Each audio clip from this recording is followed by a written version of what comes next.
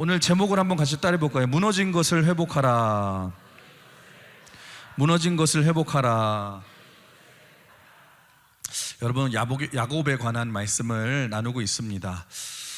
야곱이라는 인물은 참 우리와 비슷한 모습의 인생을 살아온 인물입니다. 야곱은 평생을 경쟁하는 자로 살았고요, 험난한 인생을 살았습니다. 야곱은 조금은 건강하지 못한 가정에서 자라왔는데요, 이 아버지 이삭이 형 에서를 더 사랑했고, 야곱은 엄마의 사랑만을 받고 자라온, 그러니까 겉으로는 괜찮아 보이지만 실제로는 상처가 많은 가정에서 자랐어요. 그래서 그런지 야곱에게는 늘 결핍이 있었던 것 같아요. 나도 아버지의 사랑을 받고 싶다. 아버지의 사랑을 받고 싶다. 그래서 이 장자권에 대한 욕심 때문에 어떻게 합니까? 팥죽 한 그릇에 형 에서의 장자권을 빼앗았고 유혹해가지고, 그리고 그뿐만이 아니라 아버지 이삭을 속여서 축복권도 가로채게 되죠. 그 이후에 분노한 형 에서를 피해서 호련단신으로 이 하란을 향해서 도망을 치게 되고, 그렇게 하란을 향해서 도망치는 도중에 루스라는 곳, 나중에는 이름이 바뀌어 베델이 된 그 빈들에서 하나님도 나를 버리셨구나 하며 처량한 신세로 돌을 베개로 삼아서 잠을 잘 때에 그 밤에 하나님께서 함께하여 주셔서 또 내가 평생에 너를 함께하여 주고 다시 이곳으로 돌아오게 하신다는 약속을 받고 야곱이 하란으로 가서 20년 가까이를 지내다가 다시 가나안으로 돌아오게 됩니다. 그런데 여러분, 돌아오는 과정도 쉽지는 않았죠. 우리 지난주에 나눈 말씀인데, 형 에서가 400명의 군사를 이끌고 온다는 소식을 듣고 야곱이 큰 두려움에 빠지게 됩니다. 여러분, 인생을 살기가 쉽습니까? 어렵습니까? 여러분, 우리 옆 사람 한번 이렇게 위로해 줄까요? 인생 살기 참 힘드시죠? 우리 인사해 볼까요? 여러분, 요즘 보면은 참 힘들잖아요. 살기 힘들잖아요. 어른도 힘들어하고 아이들도 힘들어하고. 제가 오래전에 이제 주일날에 교회 계단에서 이제 쭉 내려가는데, 일산에 있을 때 교회 계단에서 이제 예배를 드리고 내려가는데, 제가 잘 아는 초등학교 1학년 아이가 계단에 앉아서 한숨을 푹푹 쉬고 있는 거예요. 1학년짜리. 그래서 엄마한테 혼났나 보다. 그래가지고 제가 앉아가지고 옆에 앉아서 토닥이면서 힘들지 하면서 토닥여줬더니 얘가 저를 쳐다도 못 보고 한숨을 푹 쉬면서 이런 얘기를 하더라고요. 그러게요 목사님, 인생 사는 게 쉽지 않네요. 우리 옆 사람 한번 다시 인사해 볼까? 힘든 인생 고생이 많으십니다. 여러분, 인생 살기가 쉽지 않잖아요. 그런데 여러분, 이렇게 힘든 인생이 힘들면 그래도 야곱은 믿는 자 아닙니까? 여러분, 무슨 어려운 일이 있으면 가장 먼저 믿는 자답게 기도로 돌파해야 되는데, 야곱이 먼저 인간적인 생각으로 잔머리를 굴리게 됩니다.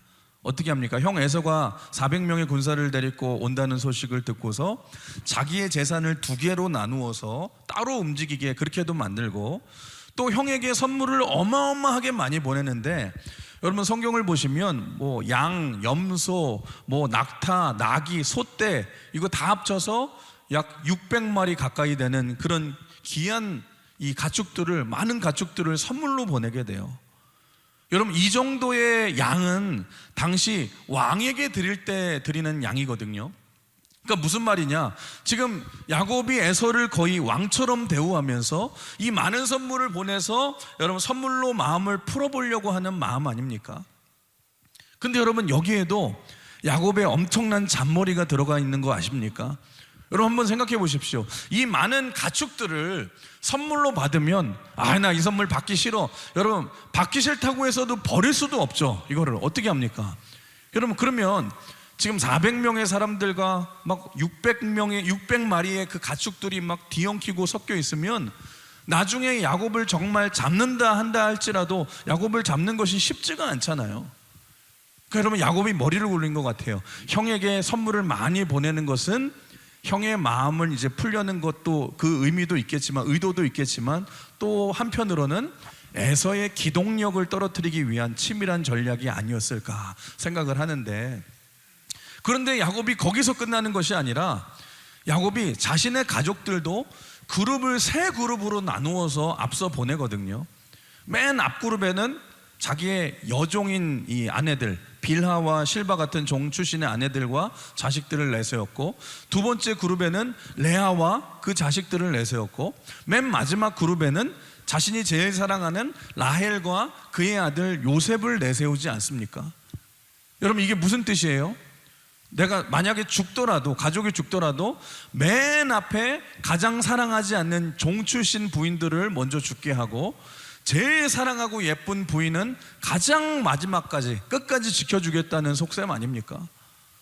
제가 그 말씀을 들으면서 그런 생각이 들더라고요. 야, 참 못생기고 사랑 못 받으면은 맨 앞에 서야 되는 인생이구나. 참 더러운 세상이구나. 여러분들도 이런 말씀 드리면 그래도 나는 맨 뒤에 설 것 같죠? 여러분들도 맨 뒤에 설 것 같죠? 여러분, 기도 많이 하셔야 됩니다. 세상이 결코 만만치 않습니다. 우리 옆 사람 얼굴을 한번 쳐다보세요. 여러분, 험난한 세상을 살 것 같은지 아니면 무난하게 살 것 같은지 얼굴 한번 쳐다보시고 한번 인사하겠습니다. 기도 많이 하고 삽시다. 아무튼 그러니까 야곱이 이 모양 저 모양으로 3중 4중 2중 3중으로 안전망을 쳐놓고 이제 홀로 야복강가에 남아서 하나님께 기도하기 시작하는데, 그 지난주에 말씀 나누었죠. 그 상황에서도 야곱은 플랜 B가 마음에 있었다. 형이 나를 죽이려고 해도 야곱의 주특기가 달리기이기 때문에 내가 도망가면 되지. 그러면서 하나님 응답해 주시옵소서 하면서 주시옵소서 하면 때 자기 허벅지를 치면서 그래 도망가면 되지. 안 돼도 여러분 그렇게 기도하고 있었는데 하나님이 어떻게 응답을 해주세요? 야곱의 허벅지 관절을 부러뜨리십니다. 그래서 이제는 도망치지도 못한 상황에 되게 만들어주시고, 그런데 그게 오히려 야곱의 인생의 터닝 포인트가 되어서 야곱이 그때 뭘 깨닫게 됩니까? 인생은 내 힘과 노력으로 되는 것이 아니라 하나님의 은혜로 살아야 되는구나. 여러분, 그걸 깨닫고 나서 그때부터 전심으로 하나님께 매달리고 기도하여서 천사와 겨루어 이길 정도의 강력한 기도를 드리게 되지 않습니까? 그때 하나님께서 야곱의 이름을 이스라엘로 바꾸어 주시는데, 이제는 내 힘으로 사는 것이 아니라 하나님의 은혜로 살게 하신다는 뜻이겠죠. 이게 지난주까지 우리가 나눈 내용 아닙니까? 결국에 창세기 33장을 보시면 마침내 야곱이 형 에서를 만나게 되는데, 그런데 하나님의 은혜죠. 여러분, 에서가 야곱을 죽이려고 하는 것이 아니라 야곱에게 달려와서 야곱을 껴안고 눈물을 흘리며 입을 맞추고 화해를 하기 시작하는데, 여러분 드디어 야곱의 인생에서 풀리지 않던 문제가 해결되는 굉장히 감동스러운 순간입니다. 여러분, 그렇게 야곱이 에서와 화해를 한 후에 에서가 말을 하죠. 우리 야곱아, 우리 고향으로 가서 같이 살자. 그런데 야곱이 그 제안을 거절을 하게 됩니다.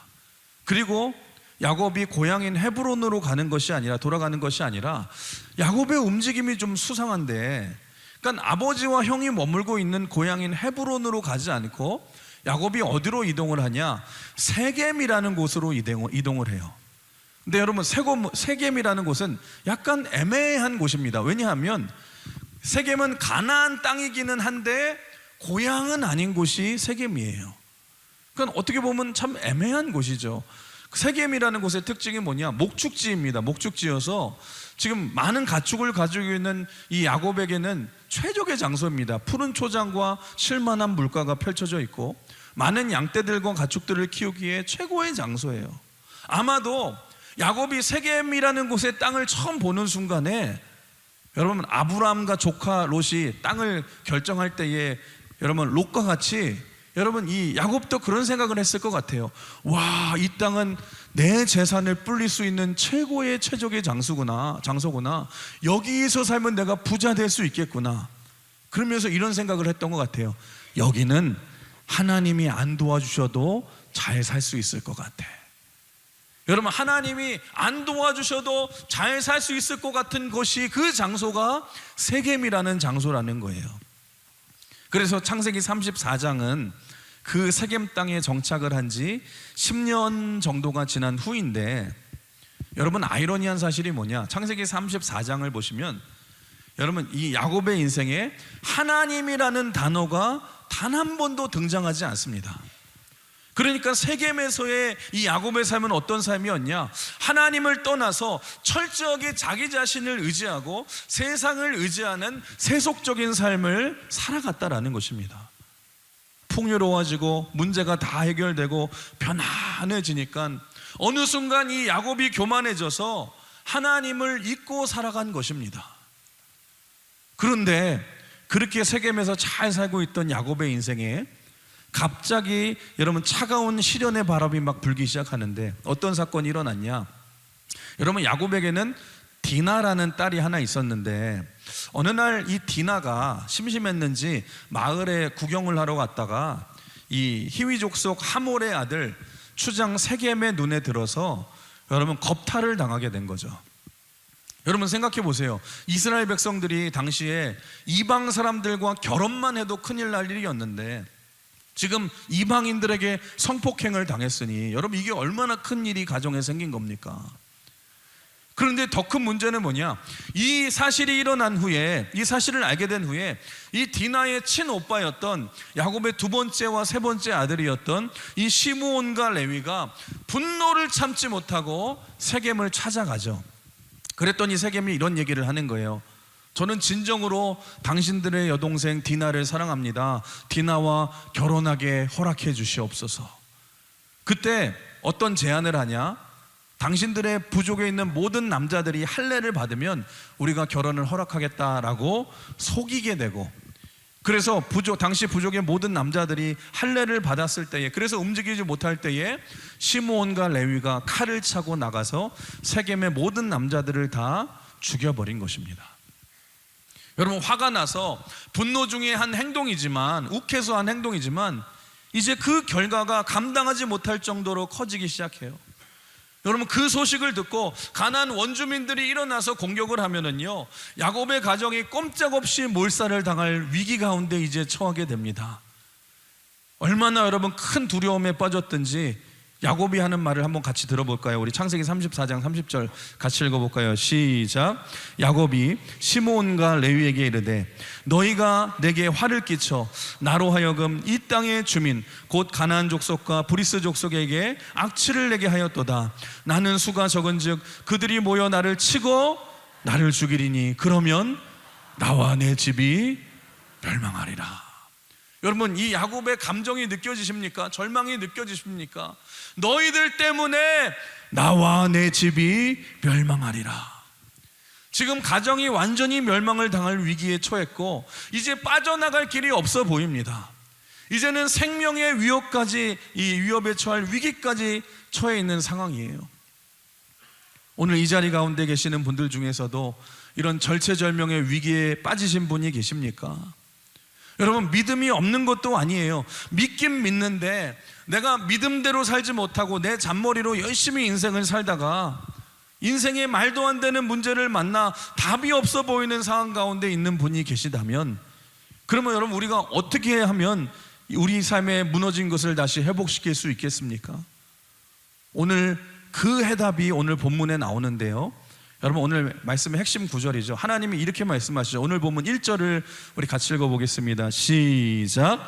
일어나 베델로 올라가서 거기 거주하며 내가 내 형 에서의 낯을 피하여 도망하던 때에 내게 나타났던 하나님께 거기서 제단을 쌓아라. 지금 하나님께서 야곱에게 뭐라고 말씀하시냐? 야곱아, 너희 안에 있는 우상을 버리고 일어나 다시 베델로 올라가라. 거기서 다시 예배를 회복하라. 지금 하나님께서 이 모든 문제의 근본적인 원인을 짚어주시는데 그 원인이 뭐라고 말씀을 하시는 거예요? 하나님을 잊어버리고 내 마음대로 살았던 그 삶을 돌이켜서 다시 하나님께로 돌아가는 것, 즉 하나님과의 관계를 다시 회복해야 된다는 거예요. 이게 이 모든 문제의 원인이라는 것입니다. 여러분, 이런 얘기 들어보셨죠? 어떤 사람이 온몸이 다 쑤시고 아파서 급하게 병원을 찾아갔어요. 병원을 찾아가가지고 의사에게 막 물어보는 거예요. 의사 선생님, 제가 온몸이 다 아파요. 좀 고쳐주세요. 그랬더니 이 의사 선생님이 머리를 이렇게 가리키면서 머리 한번 짚어보세요. 머리 아파요? 머리가 깨질 것 같아요. 가슴 짚어보세요. 가슴 아파요. 가슴이 찢어질 것 같아요. 배는 어때요? 배 만져보세요. 배가 너무 아파요. 다리는요? 다리 만져보세요. 다리가 너무너무 아파요. 그러자 의사가 이렇게 말했다고 하죠. 당신은 손가락이 부러졌습니다. 무슨 얘기예요? 부러진 손가락을 가지고 여기저기 누르다 보니까 여기도 아파 보이고 저기도 아파 보이고 다 아파 보이고. 여러분, 지금 야곱이 표면상으로 보면 딸 문제가 있어 보이고 아들 문제가 심각한 문제 같은데 하나님이 보시기에는 그게 진짜 원인이 아니라는 것입니다. 진짜 문제의 원인이 있는데 그게 뭐냐? 하나님과의 관계가 무너져 있다라는 거예요. 여러분, 모든 문제가 다 해결된 이 야곱이 어느 순간 교만해져서 하나님을 의지하고 세상을 의지하기 시작하였고, 그렇게 하나님과의 관계가 멀어진 것이 이 모든 문제의 원인이라는 것입니다. 그래서 오늘 본문에 보시면 야곱이 제일 먼저 한 행동이 뭐냐? 하나님을 떠나 섬기던 모든 우상들을 버리기 시작해요. 우리 2절 같이 볼까요? 야곱이 이에 자기 집안 사람과 자기와 함께한 모든 자에게 이르되 너희 중에 있는 이방 신상들을 버리고 자신을 정결하게 하고 너희들의 의복을 바꿔 입어라. 4절도 볼까요? 그 밑에 그들이 자기 손에 있는 모든 이방 신상들과 자기 귀에 있는 귀걸이들을 야곱에게 주는지라. 야곱이 그것들을 세겜 근처 상수리 나무 아래에 묻고. 그러니까 무슨 말이냐? 야곱의 가족이 이 세겜 땅에 10년간 살아가면서 하나님을 떠난 것에서 그친 것이 아니라 이들이 가나안 사람들이 섬기고 있던 이방신을 섬기고 있었다는 거예요. 한마디로 말해서 야곱의 가족이 이 세겜 땅에 살면서 하나님을 떠난 동시에 우리도 세상 사람들처럼 가나안 사람들처럼 살기 위해서 가나안 사람들의 언어를 배우고 가나안 사람들처럼 옷을 입고 가나안 사람들이 절하는 우상들에게 절하면서 그렇게 세상에 물들어 살아왔다라는 것입니다. 그래서 삶의 무너진 것을 회복하기 위해서 여러분, 첫 번째 단계가 뭐냐? 우리 안에 있는 하나님을 떠나 만든 우상들을 버려야 된다는 것입니다. 여러분, 우상이라는 게 뭐예요? 우상? 간단해요. 우상은 하나님보다 내가 더 의지하고 하나님보다 더 사랑하는 것이 우상이에요. 우상은 그래서 무슨 여러분 우상이나 나무에 절하고 무슨 큰 불상에 절하는 것만이 우상이 아니라, 그래서 우상은 그것이 돈이 될 수도 있고 그것이 명예가 될 수도 있고 내 안의 우상이 자녀가 될 수도 있거든요. 어떤 사람의 인생을 보시면은요, 인생의 목적이 오로지 다 돈이에요. 돈 하면서 돈 때문에 사람을 속이고 돈 때문에 배신하고 돈 때문에 의를 저버리고 돈 때문에 미친 사람이 되고, 자랑스럽게 막 얘기하는 거예요. 저는요, 지나가는 사람들 보면은요, 나는 다 돈으로 보여요. 그건 여러분 자랑하고 다니는데 이건 뭐예요? 사실 제정신이 아니죠. 돈이 하나님이 되고 돈이 우상이 되며 살아가는 사람이 있어요. 어떤 사람은 성공이 목적이 되고 우상이 된 사람이 있습니다. 성공 컴플렉스를 안고 살아가면서 늘 남과 비교해 가면서 자기 자신을 학대하고 열등감에 빠져서 힘들어하고 하나님이 주신 자기 인생을 제대로 살지 못해요. 여러분, 아무것도 못합니다. 패배자로 살아가고 늘 비교의식 속에서 원망하고 비난하고 불평하며 살아갑니다. 왜요? 여러분, 성공이 내 삶의 우상이 되어버렸기 때문에. 어떤 사람은 명예를 얻는 것이 인생의 목적인 사람이 있어요. 사람이 이상하게 나이가 들어가면은요, 명예욕이 생기잖아요. 다른 사람에게 인정받고 싶은 욕구가 생기고, 그래서 여러분, 나이가 들어갈수록 온통 내가 인정받는데, 나를 높이는데 평생의 인생을 허비하며 살아가요.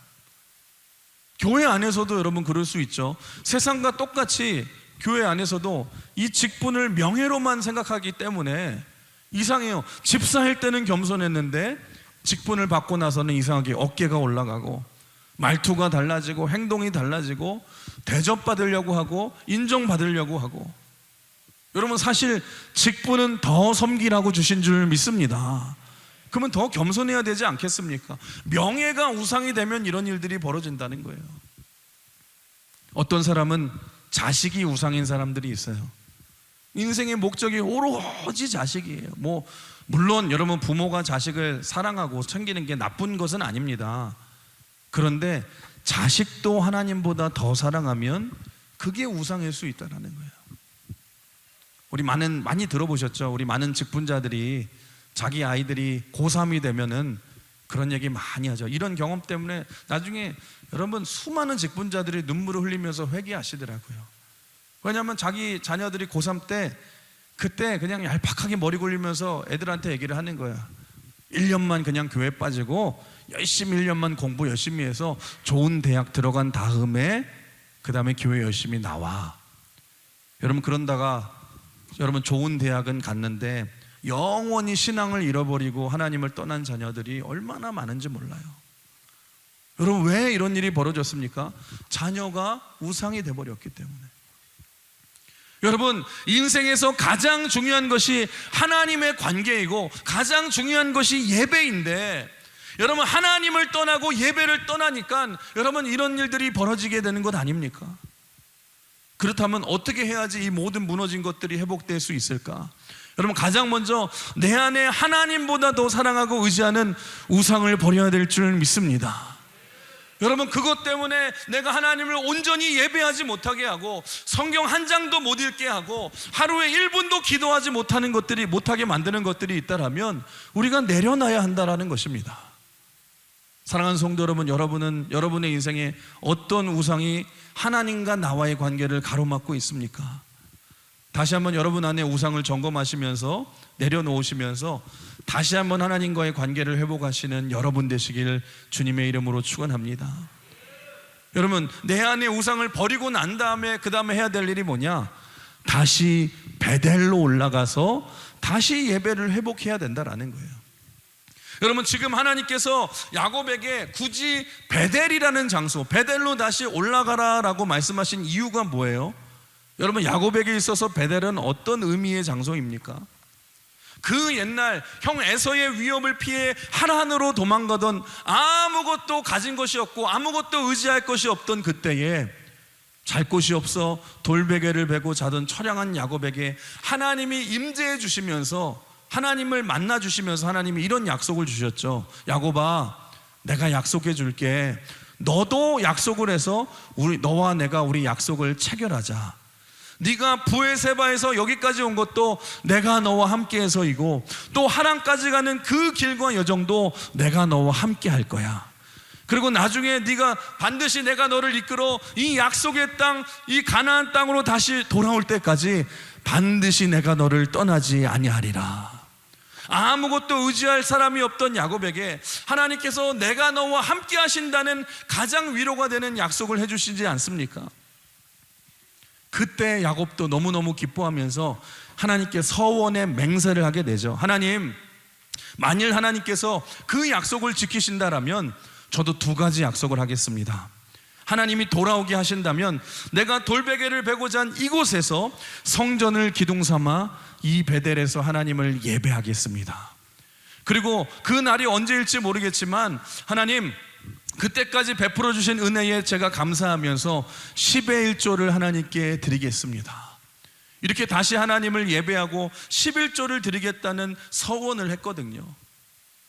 그리고 나서 여러분 20년이 넘도록 야곱의 인생을 보시면 하나님은 한 번도 야곱을 떠나지 않으시고 신실하게 야곱을 지켜주시고 야곱과 동행하여 주시면서 그 약속을 한 번도 어긴 적이 없으시고 다 지키시고 인도하지 않습니까? 여러분 그렇습니다. 우리 하나님은 신실하신 하나님이신 줄 믿습니다. 약속의 말씀대로 반드시 이루시는 하나님이신 줄 믿습니다.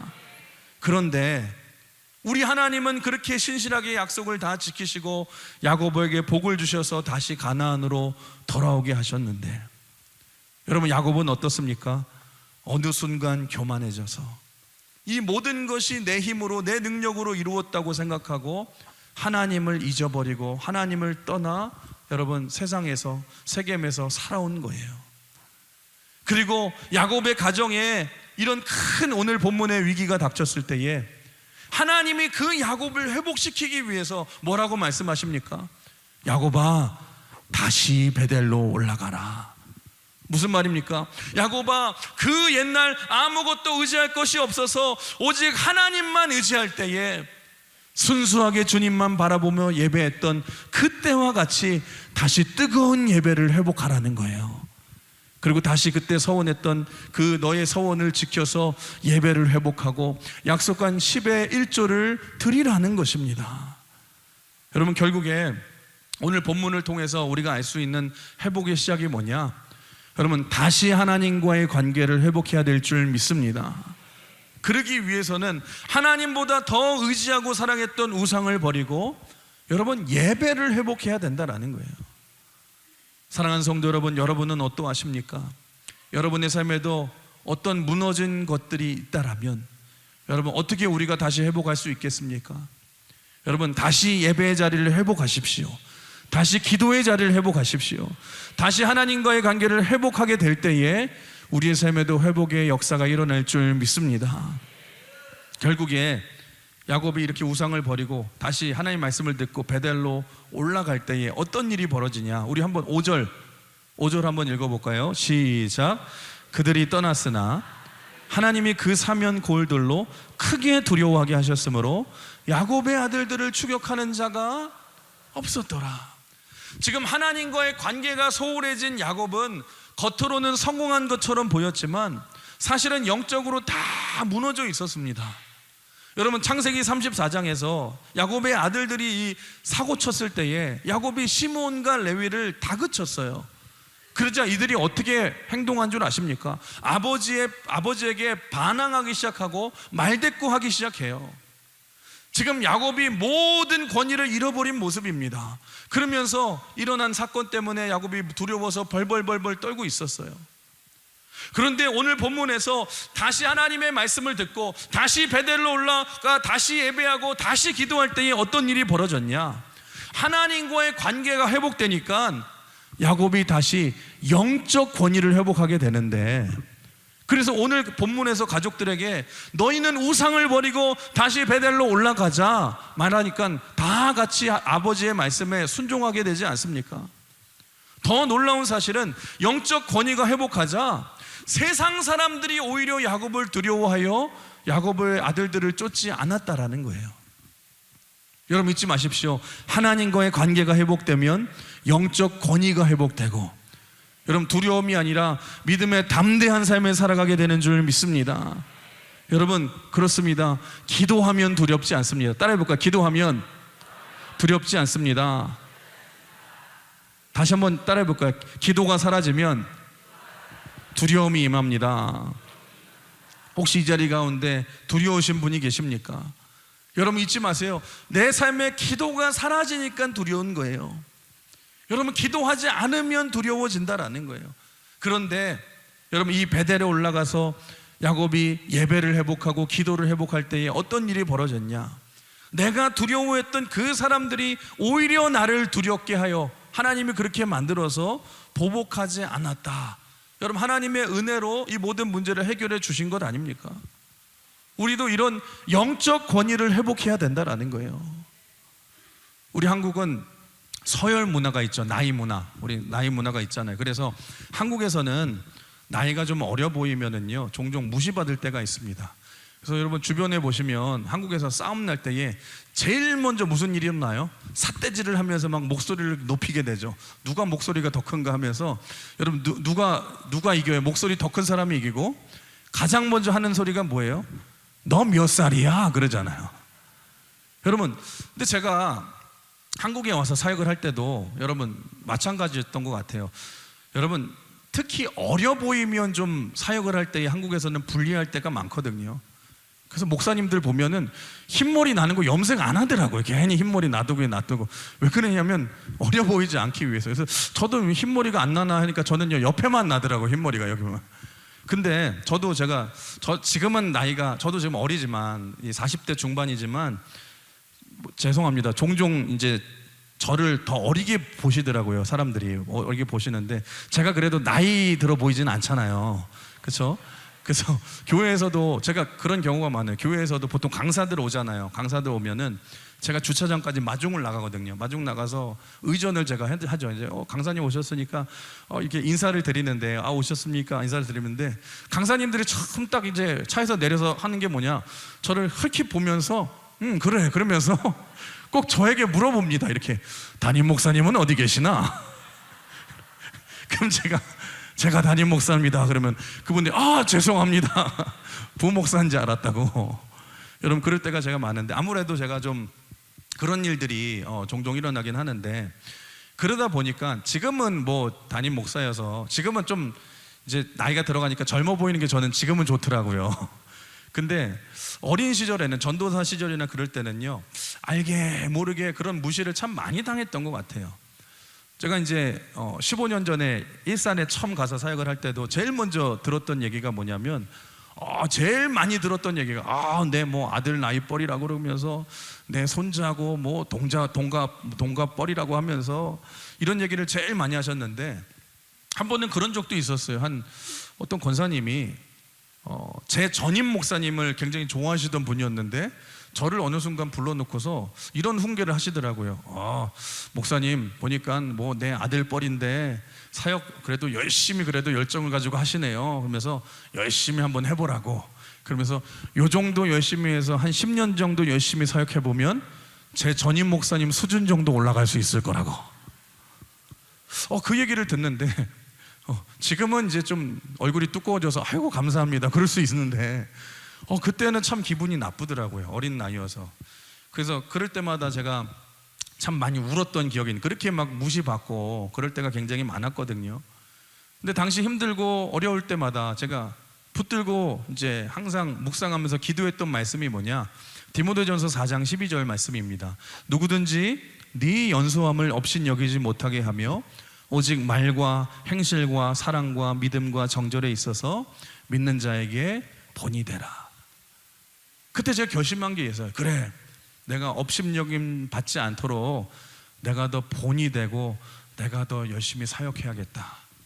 그러면서 제가 이제는 제가 무시당하면서 살 수 없으니까, 사역할 수 없으니까 그때 한 게 뭐냐, 참 많이 울면서 많이 기도했어요. 왜냐하면 할 수 있는 게 기도밖에 없더라고요. 울면서 기도하고 엎드려서 기도하고 힘들면 기도하고.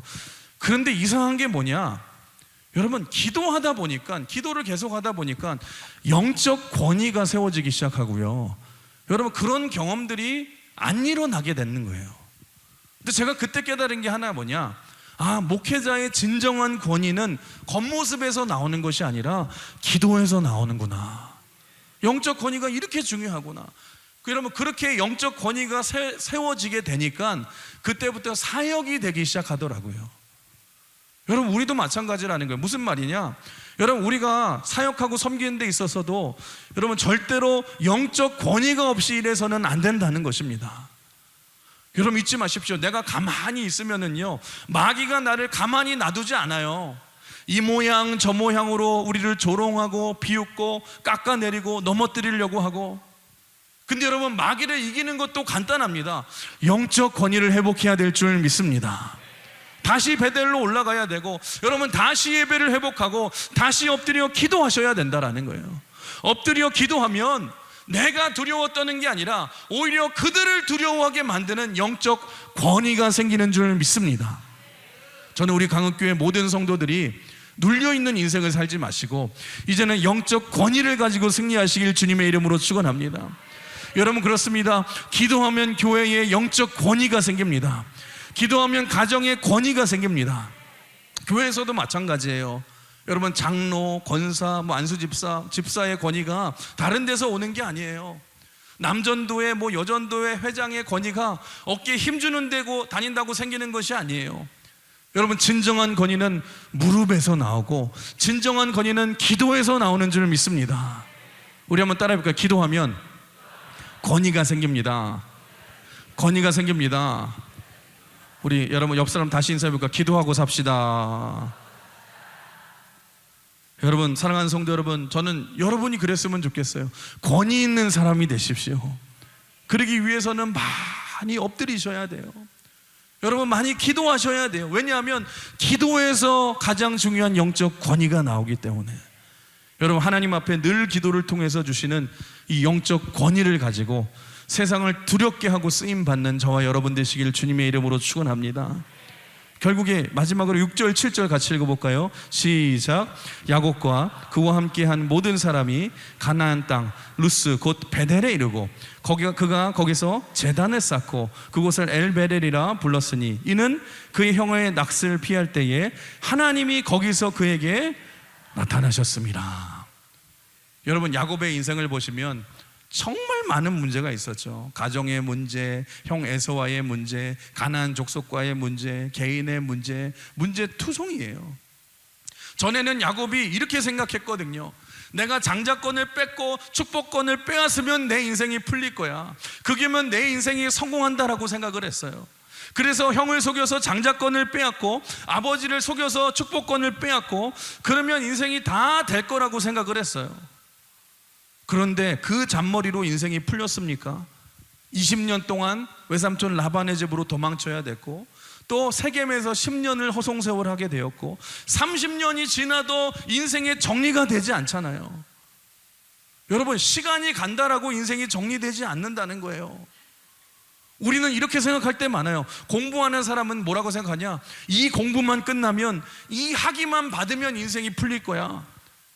근데 여러분 공부하고 학위를 받으면 인생이 풀립니까?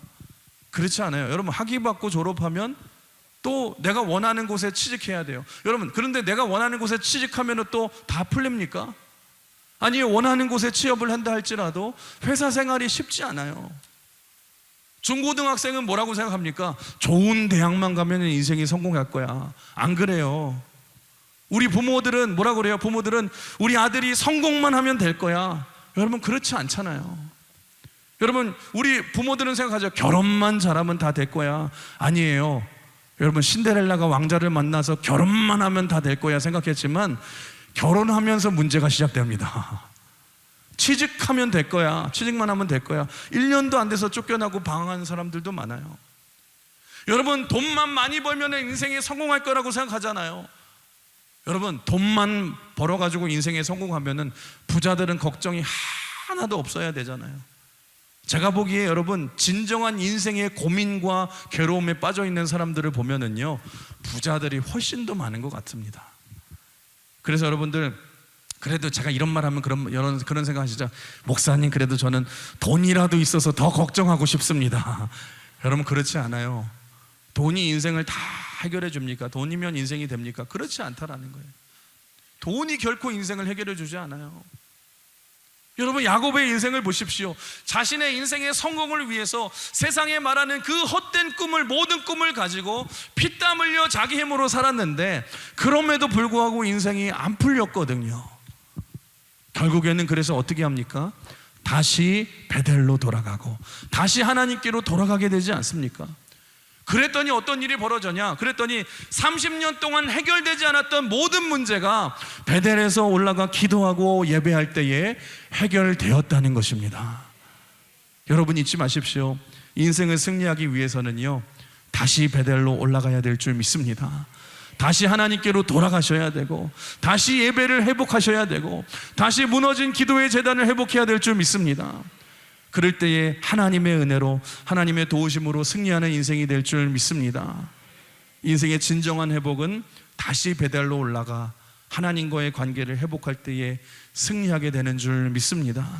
오늘 말씀을 정리하겠습니다. 성도 여러분, 모든 것이 잘 풀리는 것 같았던 이 야곱의 인생에 오늘 더 큰 이 문제 속에 빠져 있을 때에 두려움에 빠져 있을 때에 어떻게 야곱이 회복이 되었나?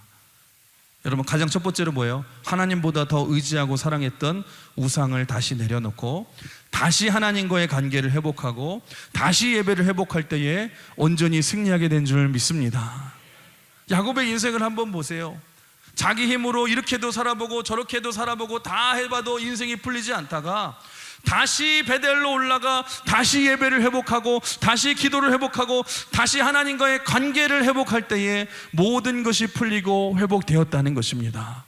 이제는 하나님의 은혜로 승리하는 인생이 되었다는 거예요. 여러분 잊지 마십시오. 인생의 진정한 승리는 하나님과의 관계에 달려있는 줄 믿습니다. 하나님과의 관계를 다시 회복하십시오. 다시 예배를 회복하시고, 다시 여러분 무너졌던 기도의 재단을 회복하실 때에 이제 여러분들이 세상을 두려워하는 것이 아니라 여러분들 안에 이제는 영적 권위, 이 spiritual power, 여러분 authority가 생겨서 담대하게 여러분들이 세상을 이기고 하나님의 은혜로 세상을 승리하는 여러분이 되시길 주님의 이름으로 축원합니다. 여러분 어떤 무너진 상황 가운데 있다 할지라도 다시 베델로 올라가서 은혜를 회복하시고 예배와 기도를 회복하심으로 말미암아 믿음으로 승리하시는 저와 여러분 되시길 주님의 이름으로 축원합니다. 우리 같이 찬양 고백하기 원하는데요, 우리